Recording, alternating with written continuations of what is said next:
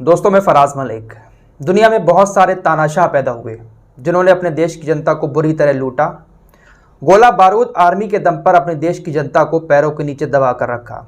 लेकिन जब निहत्ती जनता अपनी पर आई तो हिटलर जैसे लोगों का भी नामो निशान मिटा कर रख दिया। ईदी अमीन, अगस्तो पिशोनो जैसे तानाशाहों का भी नामो निशान वहां की जनता ने मिटा कर रख दिया। इस वक्त दुनिया के कुछ देश ऐसा ही काम कर रहे हैं।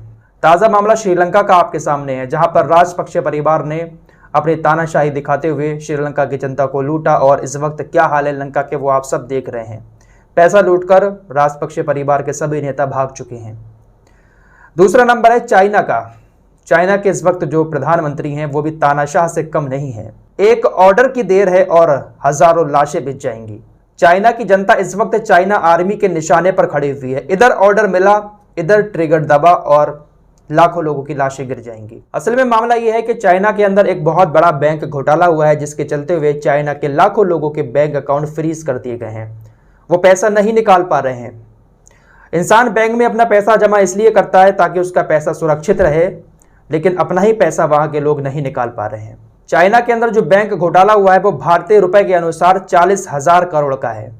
हमारे देश के अंदर बहुत सारे बैंक घोटाले हुए हैं, उनके मुकाबले ये कुछ भी नहीं है।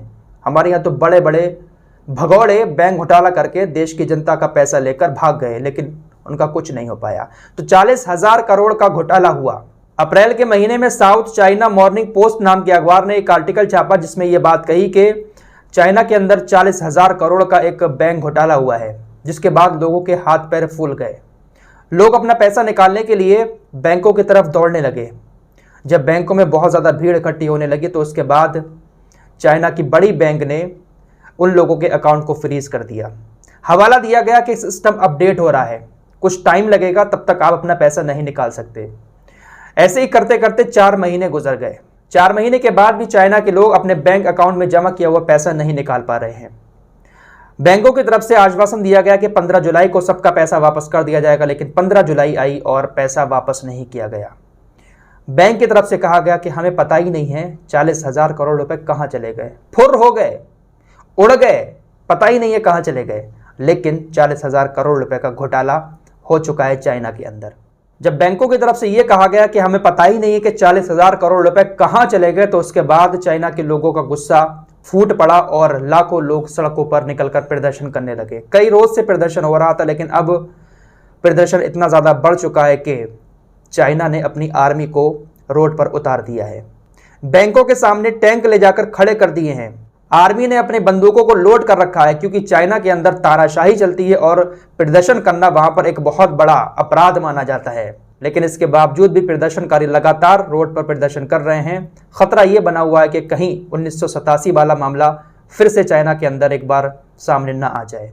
इस वक्त चाइना के अंदर जो हालात बने हुए हैं उसको देखकर लोग 33 साल पहले चाइना में हुए खूनी संघर्ष को भी याद कर रहे हैं।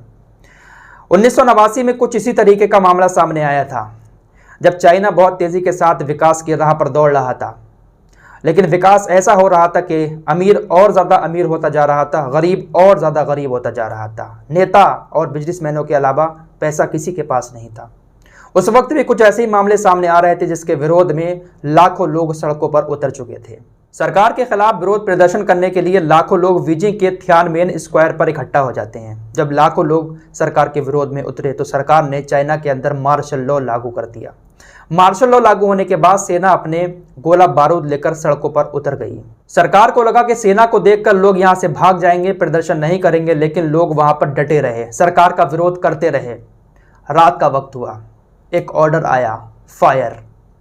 जैसे ही फायर का ऑर्डर आया, सेना ने अपना रंग दिखाना शुरू कर दिया। प्रदर्शन कर रहे लोगों के ऊपर टैंक भी चढ़ा दिए थे। उस खूनी संघर्ष में तकरीबन 10,000 लोगों के मारे जाने की खबर सामने आई थी। तो उस वक्त के हालात को लोग इस वक्त याद कर रहे हैं, क्योंकि इस वक्त भी कुछ ऐसे ही हालात हैं।